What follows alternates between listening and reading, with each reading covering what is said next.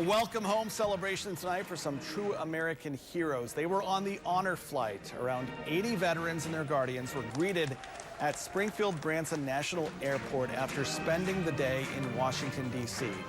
The veterans served in Korea and Vietnam. They visited Arlington National Cemetery, along with memorials to World War II, the Korean and Vietnam Wars, Iwo Jima, and others. Now, the final honor flight of the Ozarks is scheduled for October 29th.